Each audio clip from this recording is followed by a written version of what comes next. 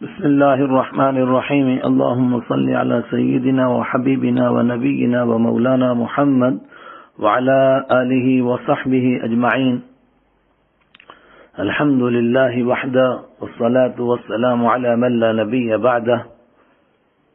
سامعین گرامی قدر، آپ حضرات سلسلہ وار حضرت رحمت عالم صلی اللہ علیہ وسلم کی مجالس میں شرکت کر رہے ہیں، اور آج آپ کی 17ویں مجلس ہے، اور اس میں پیش ہوگا کہ باہر کے قبائل پر جب آپ نے محنت فرمائی تو پھر حضرت ضماد ازدی جیسے حضرات کو کس طرح ایمان نصیب ہوا، اور خاص طور سے مکہ سے پورے 500 کلومیٹر دور مدینہ منورہ تک اسلام کی شعاعیں کس طرح پہنچی، اسلام کی روشنی کس طرح پہنچی۔ حضرت ضماد ازدی رضی اللہ تعالی عنہ کی حاضری اور قبول اسلام، انہی دنوں کی بات ہے کہ یمن کا مشہور شاعر اور جادوگری جاننے والا ضماد ازدی بھی مکہ مکرمہ آیا۔ اس نے حبیب کبریا صلی اللہ علیہ وسلم کے بارے میں جو کچھ لوگوں سے سنا، اس کو سننے کے بعد وہ کہنے لگا ان پر جنات کا اثر ہو گیا ہے، اس کے سوا کچھ نہیں، لیکن میں انہیں جھاڑ پھونک سے وہ بالکل دور کر سکتا ہوں اور ان کو ٹھیک کر سکتا ہوں۔ پھر رسول اکرم صلی اللہ علیہ وسلم سے ملاقات کی اور بہت پیار سے کہنے لگا، مجھے لگتا ہے آپ پر جناتی اثر ہو گیا ہے، میں اس کا ماہر علاج کرنے والا ہوں، اگر آپ اجازت دیں تو میں کچھ جھاڑ پھونک کروں۔ رحمت دو عالم صلی اللہ علیہ وسلم نے فرمایا، پہلے آپ میری بات سنو۔ اس نے کہا، سناؤ۔ پھر آپ صلی اللہ علیہ وسلم نے اس موقع پر قرآن پاک کی تلاوت کے بجائے خطبہ شریف پڑھا، جو آپ عموماً جمعہ کے خطبے میں سنتے رہتے ہیں، یہ آپ کی اسی تقریر کا اقتباس ہے۔ الحمد للہ نحمده ونستعینه ونستغفره ونؤمن به ونتوکل علیہ ونعوذ باللہ من شرور انفسنا ومن سیئات اعمالنا من يهده الله فلا مضل له ومن يضلل فلا هادي له ونشهد ان لا اله الا الله وحده لا شريك له ونشهد ان محمدا عبده ورسوله۔ یعنی سب تعریفیں اللہ تعالیٰ کی ہیں، ہم اس کی تعریف کرتے ہیں اور اس سے مدد مانگتے ہیں۔ جس کو اللہ تعالیٰ راستہ دکھا دیتے ہیں اس کو کوئی بے راہ نہیں کر سکتا، اور جس کو اللہ تعالیٰ ہی راستہ نہ دکھائیں اس کو کوئی راستہ نہیں دکھا سکتا۔ اور ہم گواہی دیتے ہیں کہ اللہ تعالیٰ کے علاوہ کوئی عبادت کے لائق نہیں، وہ اکیلا ہے، یکتا ہے، اس کا کوئی شریک نہیں۔ اور ہم گواہی دیتے ہیں کہ محمد صلی اللہ علیہ وسلم اس کے بندے اور اس کے رسول ہیں۔ ضماد ازدی نے سنتے ہی کہا، ایک بار پھر سنائیے۔ 2-3 بار اسی طرح یہ کلمات سنے تو بے ساختہ ہی زبان سے نکلا، میں نے بہت سارے کاہن اور جادوگر دیکھے ہیں، بہت شاعری بھی سنی ہے، لیکن ایسا کلام کسی سے نہیں سنا۔ آپ اپنا ہاتھ مبارک آگے کیجئے تاکہ میں اسلام پر بیعت کر سکوں۔ بس یہ کہتے ہی وہ مسلمان ہو گئے، رضی اللہ عنہ۔ مسند امام احمد، حدیث نمبر 2749۔ انہی دنوں میں حضرت طفیل بن عمر الدوسی رضی اللہ تعالیٰ عنہ بھی آئے اور ایمان قبول کیا، جن کا قصہ میں نے مناسبت کی بنیاد پر پیچھے آپ سے عرض کیا ہے۔ یثرب کی قسمت میں دونوں جہاں کی روشنی۔ نبوت کے اعلان کا 11واں سال تھا، حج کا موسم آ گیا۔ حضرت رسول اکرم صلی اللہ علیہ وسلم نے پھر حضرت ابوبکر صدیق رضی اللہ عنہ اور حضرت علی رضی اللہ عنہ کو ساتھ لے کر گھر گھر جانے اور دعوت دینے کا کام شروع فرمایا۔ لیکن دن میں چونکہ ابو لہب لعین پیچھے پیچھے چلتا اور پتھر مارتا تھا، نیز لوگوں سے یہ بھی کہتا تھا کہ ان کی بات نہ سننا، یہ تمہیں لات و عزا سے دور کر دیں گے، اس لیے رات کی تاریکی میں ہی زیادہ تر خیموں پر تشریف لے جاتے۔ اسی طرح کا ایک قصہ ہے کہ قبیلہ زحل کہ کچھ لوگوں نے ایک جگہ خیمے لگائے ہوئے تھے، وہاں آپ صلی اللہ علیہ وسلم تشریف لے گئے۔ قبیلے کا سردار مفروق وہی موجود تھا۔ حضرت ابوبکر صدیق رضی اللہ عنہ نے اس سے کہا، تجھے رسول اکرم صلی اللہ علیہ وسلم کی کچھ خبر پہنچی ہے؟ یہ اللہ کے رسول میرے ساتھ ہیں اور اللہ تعالیٰ ہی نے ان کو لوگوں کی ہدایت کے لیے بھیجا ہے۔ اس نے کہا، ہاں میں نے ان کا کچھ ذکر تو سنا ہے۔ اے قریشی بھائیو، بتاؤ تم کس چیز کی طرف بلاتے ہو اور کیا دعوت دیتے ہو؟ رحمت عالم صلی اللہ علیہ وسلم نے آگے ہو کر خود اللہ تعالیٰ کی توحید، اپنی رسالت اور اسلام کا تفصیلی تعارف کرایا۔ اس پر مفروق نے کہا، آپ کون سی چیز پیش فرماتے ہیں؟ آپ صلی اللہ علیہ وسلم نے سورہ انعام کی یہ آیت پڑھ کر کے سنائی، قل تعالوا اتل ما حرم ربكم عليكم الا تشركوا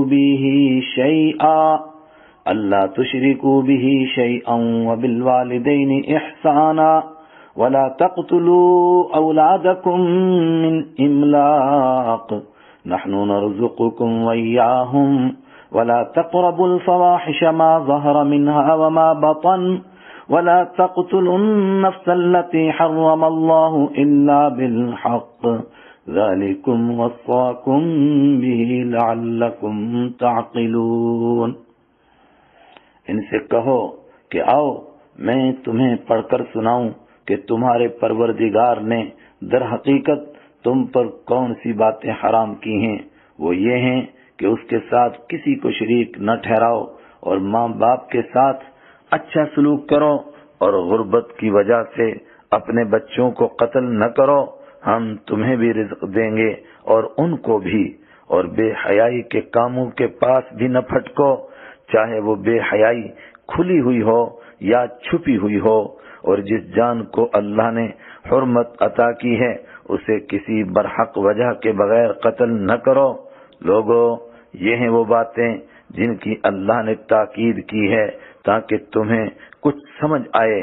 سورہ انعام آیت 152۔ آیت سن کر اس نے کہا، خدا کی قسم یہ زمین والے کا کلام نہیں ہو سکتا ہے۔ اے قریشی بھائیو، آپ کیا کیا حکم دیتے ہو؟ اس پر رحمت عالم صلی اللہ علیہ وسلم نے سورۃ النحل کی یہ آیت پڑھ کر سنائی، ان اللہ یأمر بالعدل والاحسان وإيتاء ذي القربى وينهى عن الفحشاء والمنكر والبغي يعظكم لعلكم تذكرون۔ بے شک اللہ تعالیٰ عدل کرنے اور احسان کرنے اور قرابت داروں کی مالی مدد کرنے کا حکم دیتا ہے، اور وہ بے حیائی کی باتوں اور برے کاموں اور ظلم کرنے سے روکتا ہے۔ وہ تمہیں سمجھاتا ہے تاکہ تم نصیحت حاصل کرو۔ سورہ نحل آیت 90۔ مفروق نے کہا، خدا کی قسم آپ اچھے اور اونچے اخلاق کے ساتھ اچھے کاموں کی دعوت دیتے ہیں، لیکن میری ایک مجبوری ہے کہ میں خاندان کے ساتھ صلاح و مشورہ کے بغیر کوئی معاہدہ نہیں کر سکتا۔ معلوم نہیں وہ میرے معاہدے کو مانیں گے یا نہیں۔ اور دوسرے، ہم نے ابھی قریب میں ہی ایرانی بادشاہ کسرا کے ساتھ معاہدہ کیا ہے، جس میں یہ بات بھی ہے کہ ہم اس کو خبر کیے بغیر کوئی معاملہ طے نہیں کریں گے۔ مجھے لگتا ہے کہ اگر ہم آپ کے ساتھ ایسے ہی معاہدہ کریں گے تو کسرا کو معلوم ہونے پر وہ بہت ناراض ہوگا۔ رحمت عالم صلی اللہ علیہ وسلم نے اس کی سچی اور صاف بات کو بہت پسند فرمایا اور فرمایا، اللہ تعالیٰ خود اپنے دین کا مددگار ہے، اور جو لوگ اللہ کے دین کے مددگار بنیں گے اللہ تعالیٰ ان کو عنقریب ہی کسرا کے زر و زمین کا مالک بنا دے گا۔ پھر حضرت ابوبکر صدیق رضی اللہ تعالیٰ عنہ کا ہاتھ پکڑا اور وہاں سے اٹھ گئے۔ کچھ ہی دور تشریف لے گئے تو معلوم ہوا کہ یثرب یعنی مدینہ منورہ سے قبیلہ خزرج کے کچھ لوگ بھی حج کرنے کے لیے آئے ہیں۔ یاد رہے مدینہ منورہ کا پرانا نام یثرب تھا یا یثرب، قرآن پاک میں یثرب کا لفظ آیا ہے۔ مکہ سے کچھ دور مینا میں عقبہ نام کی ایک جگہ پر 6 آدمی دیکھے جو آپس میں آہستہ آہستہ باتیں کر رہے تھے۔ رحمت عالم صلی اللہ علیہ وسلم ان کی آواز سن کر ان کے پاس تشریف لے گئے اور پوچھا آپ کون ہو اور کہاں سے آئے ہو؟ انہوں نے عرض کیا ہم قبیلہ خزرج سے ہیں اور یثرب سے آئے ہیں۔ آپ صلی اللہ علیہ وسلم ان کی آواز سن کر ان کے پاس تشریف لے گئے اور یہ باتیں ان سے کی۔ اس کے بعد آپ صلی اللہ علیہ وسلم ان کے پاس بیٹھ گئے، ان کو اپنی رسالت اور اللہ تعالیٰ کی توحید سمجھائی، شرک کی گندگی کی وضاحت فرمائی، قرآن پاک کی تلاوت فرما کر دین اسلام کی دعوت دی۔ یہ سنتے ہی وہ ایک دوسرے کو دیکھ کر آنکھوں سے اشارے کرنے لگے۔ بات اصل میں یہ تھی کہ یثرب کے لوگ مشرک بے شک تھے، لیکن انہوں نے یہودیوں سے کئی بار سنا تھا کہ وہ آخری نبی آنے والے ہیں جن کے انتظار میں سارا جہاں ہے، اور کئی بار تو یہودی ان کو دھمکی دیتے ہوئے بھی کہتے تھے کہ آخری پیغمبر کو آنے دو، ہم ان کے ساتھ مل کر تم سے نمٹ لیں گے۔ آج رحمت عالم صلی اللہ علیہ وسلم سے ایمان کی یہ باتیں سن کر انہیں وہ ساری پرانی باتیں یاد آنے لگ گئیں، اور اشاروں میں ایک دوسرے سے کہنے لگے شاید یہ وہی نبی ہیں، شاید یہ وہی نبی ہیں، بلکہ چپکے چپکے آہستہ آہستہ ایک دوسرے کو یہ بھی کہنے لگے کہ جلدی کرو، کہیں یہودی اس کام میں ہم سے آگے نہ نکل جائیں۔ بس یہ دعوت سنتے ہی وہ اسی مجلس میں اسی وقت ایمان لے آئے۔ ان خوش نصیبوں کے نام یہ ہیں: حضرت اسعد بن زرارہ رضی اللہ عنہ، حضرت عوف بن حارث رضی اللہ عنہ، رافع بن مالک رضی اللہ عنہ، قطبہ بن عامر رضی اللہ عنہ، عقبہ بن عامر رضی اللہ عنہ، جابر بن عبداللہ رضی اللہ عنہ۔ بس یہی وہ خوش نصیب ہیں جن کے ذریعے مدینہ منورہ میں اسلام کی کرنیں پھیل گئیں اور مدینہ منورہ ساری دنیا کا مرکز دین بن گیا۔ یہ 6 حضرات مدینہ منورہ کے بہت سمجھدار لوگ تھے، اور اوس و خزرج کی جو لمبی جنگ ہوئی تھی جس کا دھواں ابھی فضا میں باقی تھا، یہ اس سے بہت اکتائے ہوئے تھے اور ان جنگوں سے یہ نجات چاہتے تھے۔ ان کو اس ایمانی تحریک سے سب سے بڑھ کر یہ امید ہو گئی کہ اس سے ہمارا پورا خاندان لڑائیوں کے عذاب سے بچ جائے گا۔ انہوں نے یہ بات نبی اکرم صلی اللہ علیہ وسلم کے سامنے بیان بھی فرما دی۔ انہوں نے کہا ہم اب یثرب واپس جائیں گے اور جو باتیں ہم نے سنی ہیں ان کو گھر گھر پہنچائیں گے، اپنے پڑوسی یہودیوں کو بھی بتائیں گے، اور جو دین ہم نے قبول کیا ہے وہ سب کے سامنے پیش کریں گے۔ اگر وہ ایمان قبول کر کے ایک ہو جائیں گے تو یثرب میں آپ صلی اللہ علیہ وسلم سے زیادہ عزت والا اور کوئی شخص نہ ہوگا۔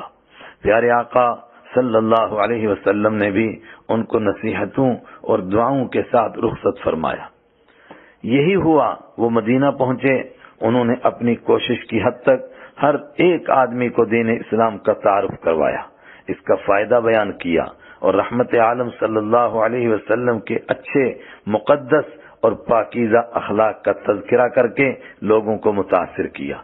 ان کی کچھ باتیں سیرت کی کتابوں میں اس طرح بیان ہوئی ہیں۔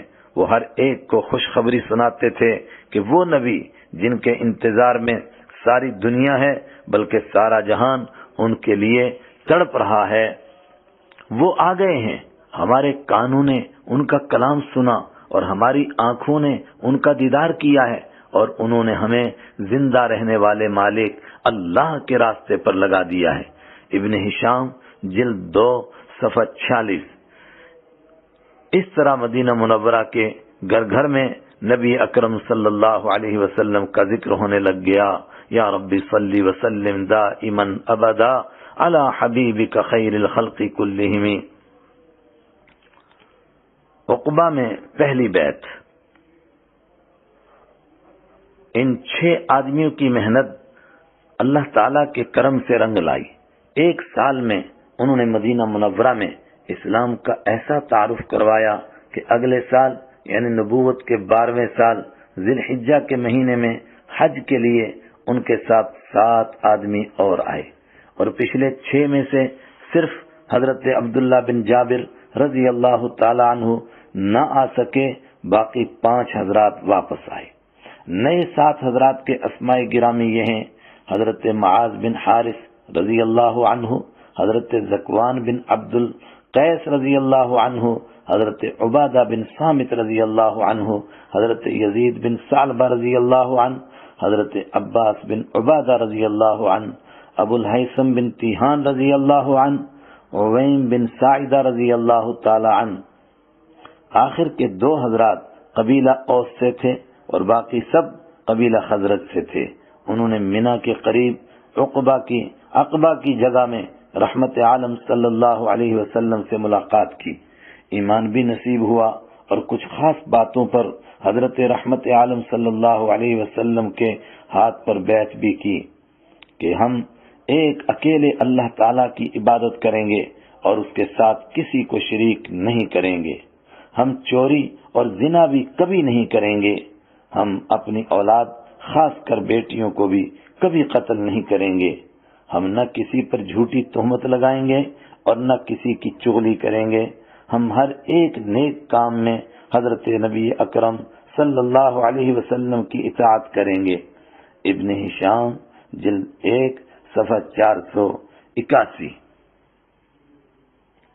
مدینہ منورہ میں اسلام کا پہلا مبلغ۔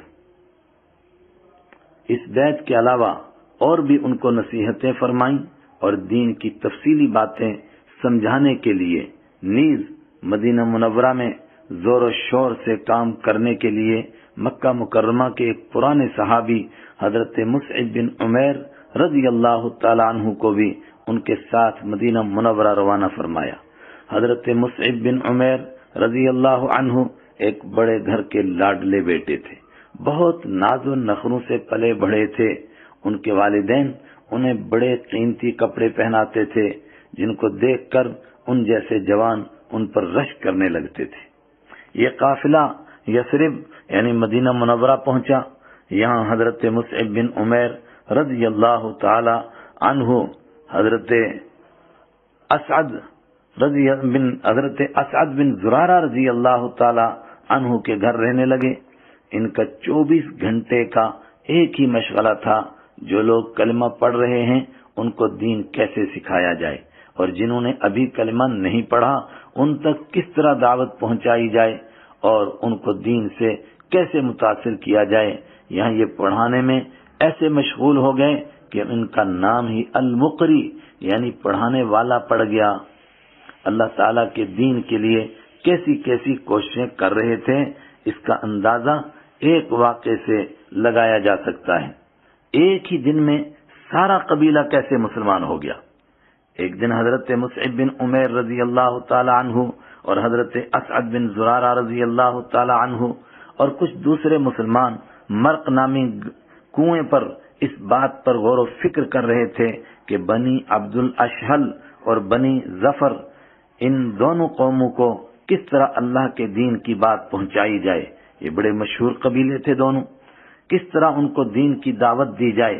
اللہ تعالیٰ کی شان، یہاں یہ تبلیغ دین کے مشورے ہو رہے تھے، وہاں ان قبیلوں کے سردار سعد بن معاذ اور اسید بن حضیر ذرا دور بیٹھے ہوئے یہ مشورہ کر رہے تھے کہ ہم اپنی قوم کو اس نئی تحریک سے کس طرح بچائیں۔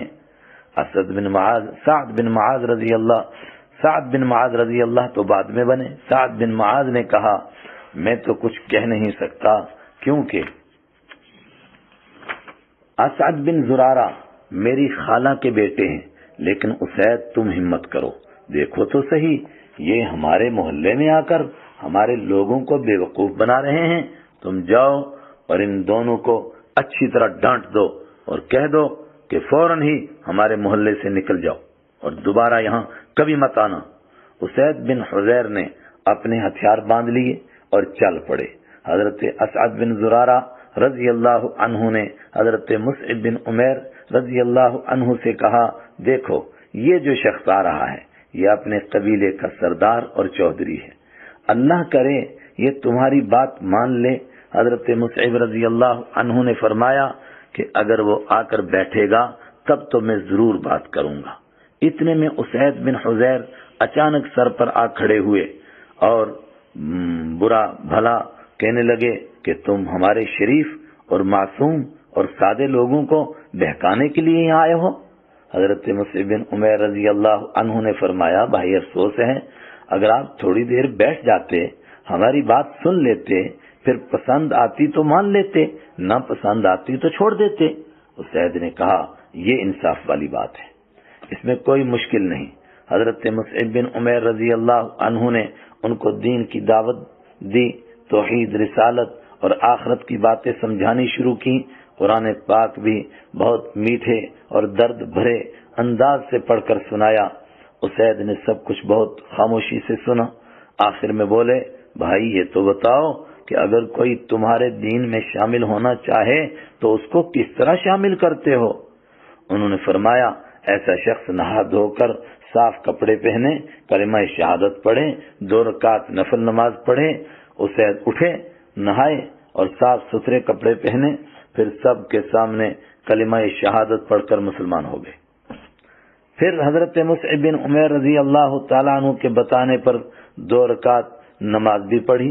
حضرت اسید بن حضیر رضی اللہ عنہ کلمہ پڑھ کر مسلمان تو ہو گئے، لیکن ان کو اپنے ساتھی سعد بن معاذ کا خیال بار بار آ رہا تھا۔ انہوں نے حضرت مصعب بن عمیر رضی اللہ عنہ سے کہا میرے پیچھے ایک اور آدمی ہے، اگر وہ کلمہ پڑھ کر مسلمان ہو جائے گا پھر کوئی ہمارا مخالف نہیں رہے گا، میں ابھی ان کو آپ کے پاس بھیجنے لگا ہوں۔ حضرت اسید رضی اللہ عنہ یہ بات کہہ کر واپس آ گئے۔ حضرت یہاں سعد بن معاذ اپنے قبیلے بنو عبد الاشہل کا مجمع لگا کر بیٹھے ہوئے تھے۔ حضرت اسید رضی اللہ عنہ کو دور سے آتے دیکھ کر کہنے لگے اسید جس حال میں یہاں سے گئے تھے اب اس حال میں نہیں لگ رہے ہیں۔